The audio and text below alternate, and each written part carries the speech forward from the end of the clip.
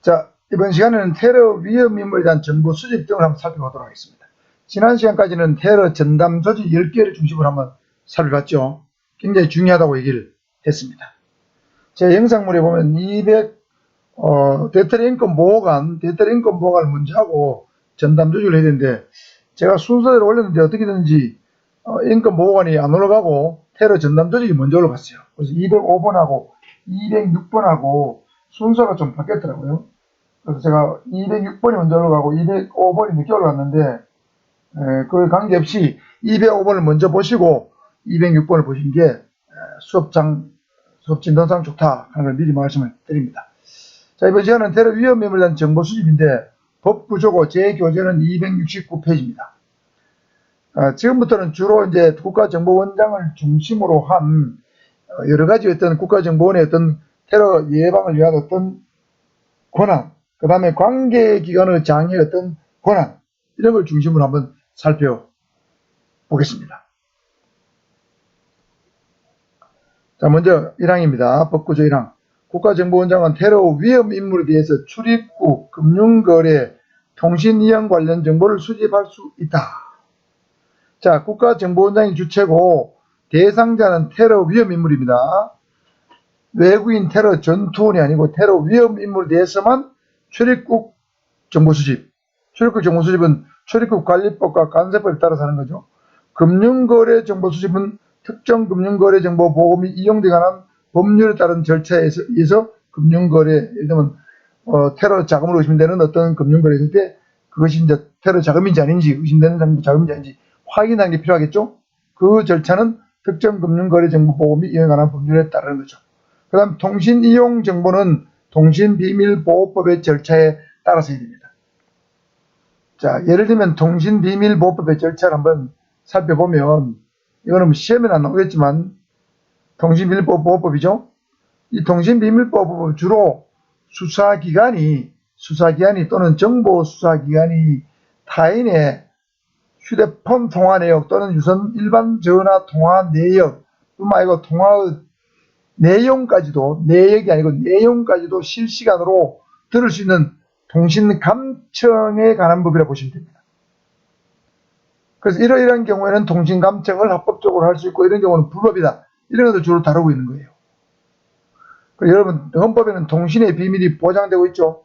그러나 예를 들면 국가안보나 공공복리라든가 이런 걸 위해서는 통신의 비밀을 제한할 수 있습니다.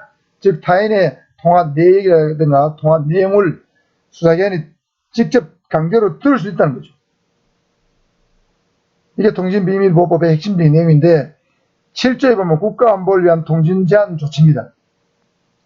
1항에 보면 대통령령이 정하는 정보수사기관의 장은 국가안전보장에 상당한 위험이 예상되는 경우 또는 국민보호와 공공안전을 위한 테러방지법이 나오죠. 2조 6호 대테러 활동에 필요한 경우에 하나여 정보수집이 필요한 때는 통신제한 조치를 할 수 있다. 여기 통신제한 조치는 바로 말이 어려운데 타인의 통화 내용을 듣는 겁니다. 감청인 거예요. 불법으로 들으면 도청, 합법으로 들으면 감청이라고 합니다. 감청을 할 수 있다는 뜻입니다. 어떻게 해야 되느냐? 대체로 고등법원 수석부장판사의 허가를 받아서 하거나 아니면 서면으로 대통령의 승인을 받아야 타인의 대화 내용을 감청할 수 있습니다. 이것이 일반적인 경우입니다. 수석부장판사의 허가를 받거나 대통령의 승인을 받아서 4개월 이내 범위 안에서 타인의 통화 내용을 감청할 수 있는 것이 7조고, 8조는 긴급통신제한 조치가 말하는 긴급감청을 말해요. 국가안보를 위협하는 음모행위라든가 직접적인 사망이나 심각한 상해의 위험을 야기할 수 있는 범죄, 예를 들면 이게 테러입니다. 테러를 할 것이라는 어떤 유력한 어떤 범죄 정보가 들어왔다. 그럴 경우는 테러를 하고자 하는 사람들, 테러 실행 계획을 준다고 하는 사람들의 통화 내용을 직접 들어야 되겠죠. 이럴 때는 영장을 받을 시간이 없습니다. 그래서 법원의 허가 없이, 즉 영장 없이 통신제한 조치, 즉 감청을 할 수 있는 규정이 8조입니다. 그러니까 통신비밀보호법은 원칙적으로는 영장을 받아서 해야 되지만 예외적으로 긴급한 경우에, 즉 테러가 목전에 실행될 위험이 높다, 그럴 경우는 영장 없이 감청을 할 수 있다는 것입니다. 그래서 이게 통신비밀보호 절차는 그런 겁니다. 예를 들면 이런 거예요. 자, 2항. 국정원장은 정보 수집 및 분석 결과 테러 이용되었거나 이용될 가능성이 있는 금융거래, 즉 테러에 의심되는 금융거래에 대해서 지급정지 조치를 하도록 금융위원회 위원장에게 요청할 수 있습니다. 요청권자는 국가정보원장이고 지급정지를 하는 사람은 금융위원회 위원장입니다. 금융감독원장이 아닙니다. 이걸 금융감독원장으로 바꾸면 틀리기 쉬워요. 금융위원회는 금융감독원보다 더 상위 기관입니다. 합의제 기관입니다. 알겠죠? 금융감독원장은 금융위원회 위원 중에 한 명입니다. 자, 금융위원회 위원장에다 알아두시고 3항입니다. 국정원장은 테러 위험 인물에 대해서 개인정보와 위치정보를 개인정보 처리자와 위치정보 사업자에게 요구할 수 있다. 즉 개인정보 위치정보를 달라고 요구할 수 있다는 거죠. 개인정보는 여러분 뭡니까? 주민등록번호, 여권번호, 운전면허번호, 외국인 등록번호 같은 거예요. 그 다음에 여기는 민감정보를 포함한다니까 여기 민감정보는 주로 범죄 경리에 관한 정보, 즉 정과정보를 말합니다. 그 주민등록번호, 여권번호, 운전면허번호 플러스 정과정보와 위치정보를 요구할 수 있다는 거죠. 자, 위치정보는 여러분 대부분 정할 때는 개인 자연인의 위치정보를 정합니다. 특정인이 어디에 있는가에 대한 정보, 그걸 위치정보로 정합니다. 그래서 우리 위치정보법에 보면은 15조 1항에 개인 위치정보 정치의 동의를 받지 않고 위치정보를 수집하거나 이용하거나 제공하는 것이 금지됩니다. 위반하면 3년 이하 징역에 처벌하게 되어 있습니다. 그러나 예외적으로 다른 법률의 특별한 규정이 있는 경우는 위치정보를 수집할 수 있죠. 이 다른 법률이 예를 들면 테러방지법이 될 수 있는 거죠. 그래서 위치정보라는 개념은 일반적으로 개인, 특정한 자연인의 위치정보만 의미하는 게 일반적인데 여기에 더 나아가서 위치정보법에는 이동성이 있는 물건에 관한 위치정보도 위치정보에 포함됩니다. 예를 들면 휴대폰의 위치정보, 차량에 대한 위치정보, 이것도 위치정보로 보는 거죠. 사람이 어디 있는가, 물건이 어디 있는가, 그것도 위치정보에 다 포함된다는 뜻입니다. 그 다음에 위치정보의 개념은 특정한 시간대의 의미입니다. 특정한 시간에 존재하거나 존재했던 장소에 관한 정보입니다.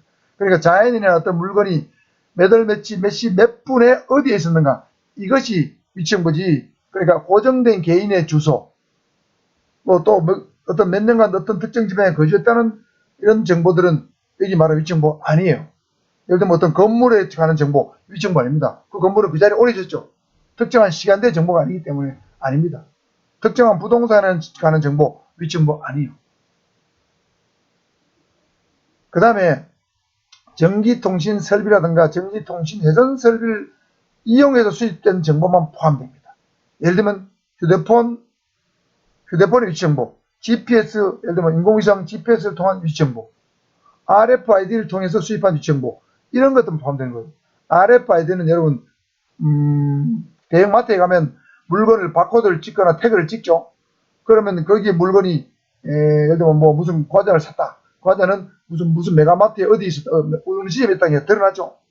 물건 위치정보 다 찍히는 거예요. 바코드를 인식시키는. 이게 RFID입니다. 이런 걸 통해서 수집한 것이 바로 통신설비라든가 회선설비 이용해서 수집된 정보입니다.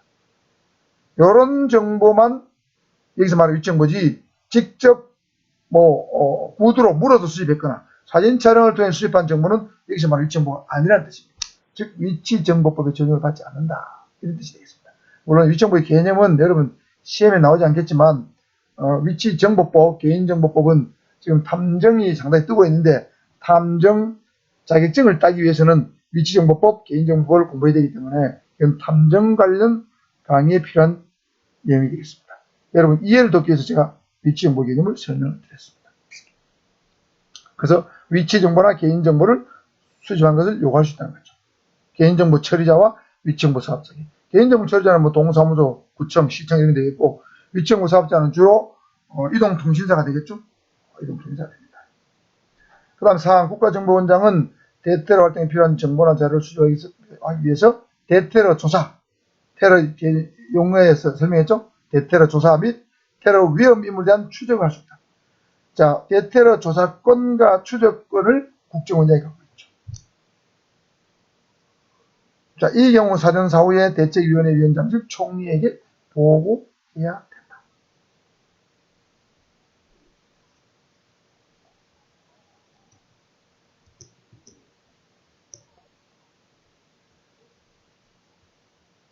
자, 그렇다고 보면 국정원장은 자 보세요. 권한이 테러 위험에 대한 출입국 정보, 금융거래 정보, 통신 정보를 수집할 수 있죠.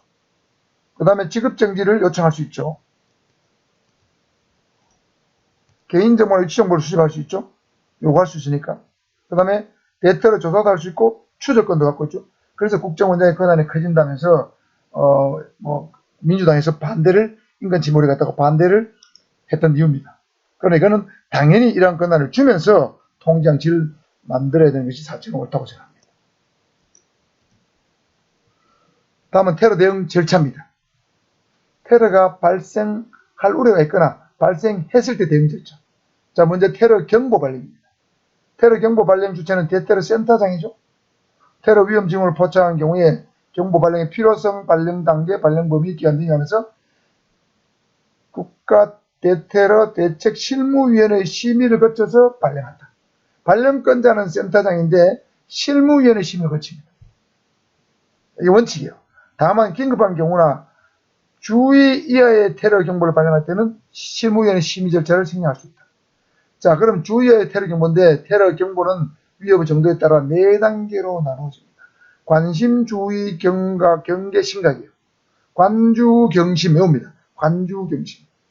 그러니까 관심 단계나 주의 단계를 발령할 때는 실무위원회 심의 절차를 생략할 수 있고 경계 단계나 심각 단계를 하려면 반드시 실무위원회 심의를 거쳐야 된다는 뜻입니다.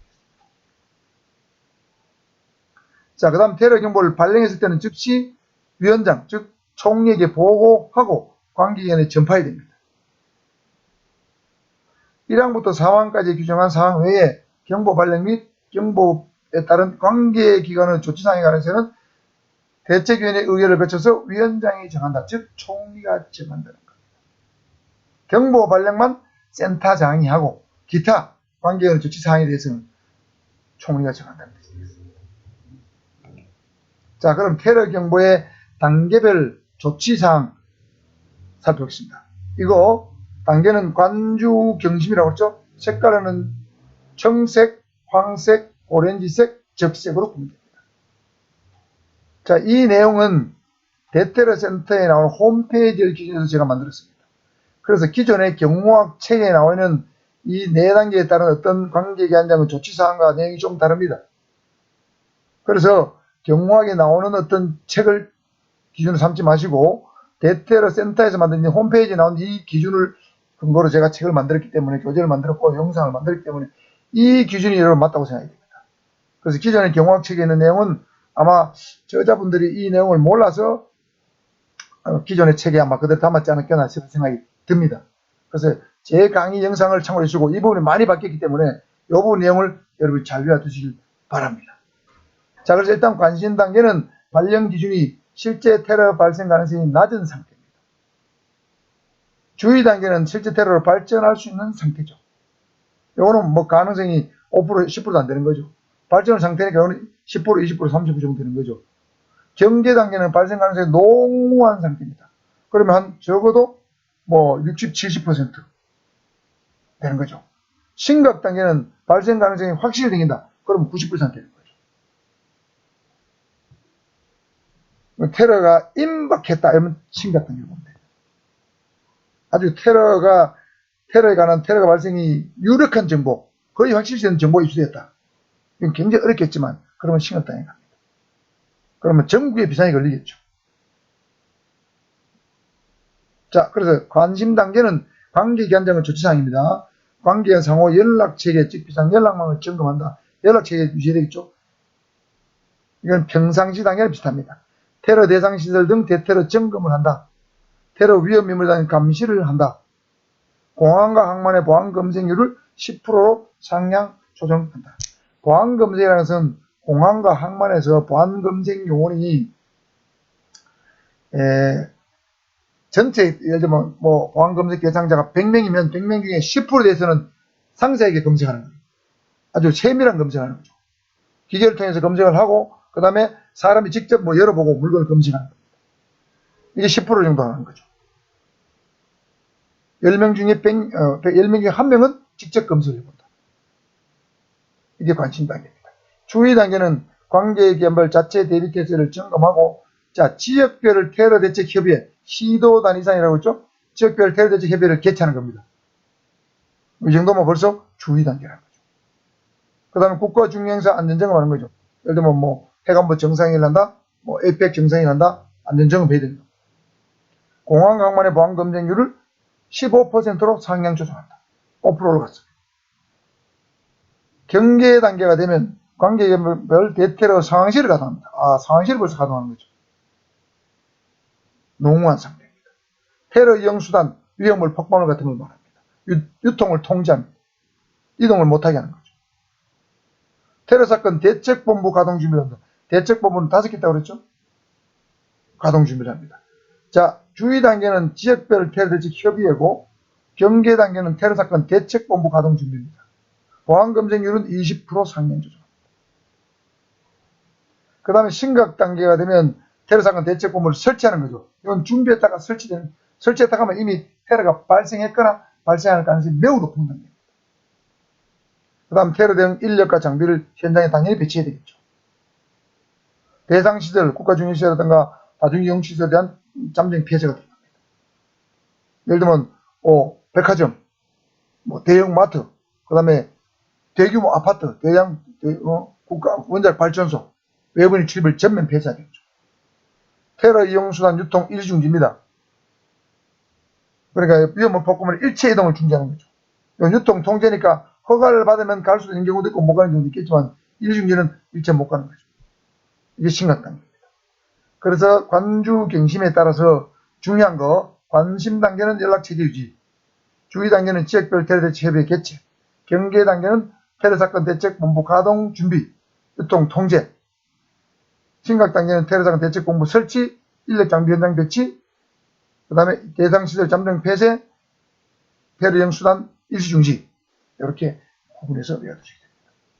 이거는 기존 경호학책과 다르다고 얘기했습니다. 잘 놔두시고요. 그 다음에 참고적으로 국가항공보안 우발계획에 따른 항공보안 등급이 5단계로 나눠져 있습니다. 이것도 관주 경심인데 색깔도 블루, 옐로우, 오렌지가 똑같습니다. 근데 아무것도 없을 때는 평시 단계는 그린입니다. 그래서 그린, 블루, 옐로우, 오렌지 됩니다. 관주 경심, 평상시에는 그린이죠. 여러분 초록색을 보면 눈이 편하죠, 마음이 편하죠. 그래서 시력의 피로를 주기 위해서는 그린 산을 많이 봐라, 초록색을 많이 봐라 하죠. 그래서 평상시는 그린이고, 그 다음에 관주 경심은 이렇게 색깔별로 나와집니다. 우리 전력도 지금 여름에 굉장히 이제 전력 소모량이 많아서 전력 수급에 지금 위험이 닥쳤다고 보도를 하죠. 전력도 마찬가지입니다. 평시에는 그린인데 관주 경심을 구분합니다. 전력 수급 단계도 똑같습니다. 그래서 관주 경심을 잘 외워두면 테러도 적용되고 국가항공보안 등급에도 적용되고 전력 등급에도 적용됩니다. 그 다음에 테러 대응 조치로서 대응활동 상황전파 및 초동 조치입니다. 관계기관장은 테러 사건이 발생하거나 테러에 어떤 징후를 인지한 경우는 관련 상황과 조치사항을 관련기관장과 대테러센터장에게 즉시 통보한다. 관련기관장과 대테러센터장에게 즉시 통보한다. 이 초동 조치는 너무나 당연하기 때문에 생략했습니다. 국내 일반 테러 사건의 경우에는 대책본부 설치되기 전까지 테러 사건 발생 지역 관할 경찰 관서장이 초동 조치를 지휘 통제한다. 자, 여기서 국내 일반 테러 사건 대책본부는 경찰청장이 설치하죠. 국내 일반 테러 사건 대책본부입니다. 본부장은 경찰청장이 되고 현장 지휘본부장은 대책본부장이 지명한다고 했습니다. 그런데 대책본부 설치되기 전까지라면 사건이 발생한 지역에 관할 경찰 관서장은 예를 들면 부산 같은 부산지방경찰청장이 될 수도 있고, 예를 들면 부산에 16개 경찰서가 있는데 15개 경찰서가 있습니다. 경찰서, 예를 들면 남부서에서 테러가 발생했다. 남부경찰서장이 될 수도 있습니다. 관할 경찰관서장은 그렇습니다. 초동 조치는 현장 통제, 긴급 대피 구조 구급, 관계기관 지원 요청, 사건 확산 방지, 폴리사인 설치, 뭐 이런 것들 되겠죠. 자, 여기 대책본부 설치되기 전까지는 관할 경찰관서장이 초동 조치를 지휘 통제한다. 요거 알아두시기 바랍니다. 대응입니다. 대책본부장은 필요한 경우에 현장 지휘본부를 설치하여 상황 전반 및 대응 체계를 유지한다. 조치사항을 체계를 유지한다. 이건 설명해 있습니다. 대책본부장은 필요한 경우에 관계장에게 인력 장비 등 지원을 요청할 수 있다. 당연하죠. 외교부 장관은 해외에서 테러가 발생해서 정부 차원의 현장 대응이 필요한 경우는 관계간 합동으로 정부 현지 대책반을 구성해서 파견할 수 있다. 자, 이런 경우는 정부 대책반이 현지 대책반이 외교부 장관을 구성하는 거죠. 자, 해외에서 테러가 발생했을 때입니다. 그래서 우리 교민이 많이 다쳤다. 당연히 보내야 되겠죠. 지방자치단체장은 테러 사건 대응 활동을 지원하기 위한 물자 및 편의 제공과 지역 주민의 긴급 대응 방안을 마련해야 된다. 뭐 너무 당연한 겁니다. 자, 현장 지휘본부 설치권자 대책본부장, 인력장비 지원 요청권자 대책본부장, 현지 대책반 해외 테러 발생 시에 대책 구성은 외교부 장관, 그 다음 자치단체장은 물자 및 편의 제공, 지역 주민의 긴급 대응 방안 마련. 이렇게 역할을 잘 알아두셔야 됩니다. 이상이 테러 방지법상 테러 대응 절차인데 테러 경보 후 발령 기준과 관계된 조치사항 이거 특히 중요하다. 알아두시고요. 오늘 영상은 여기까지 하고 테러 예방을 안전관리 대책은 또 분량이 많아서 다음 영상에서 찾아뵙도록 하겠습니다. 대단히 감사합니다.